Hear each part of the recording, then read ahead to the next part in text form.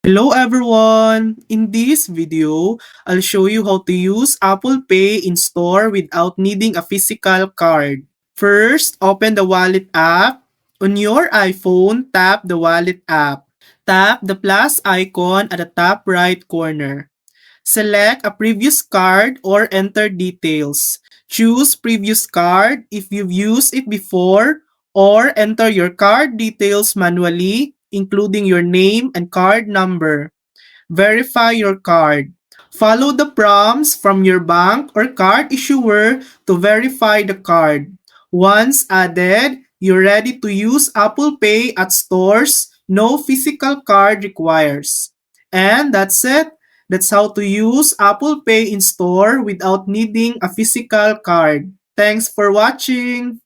If this video helped you, please like and subscribe for more helpful tutorials.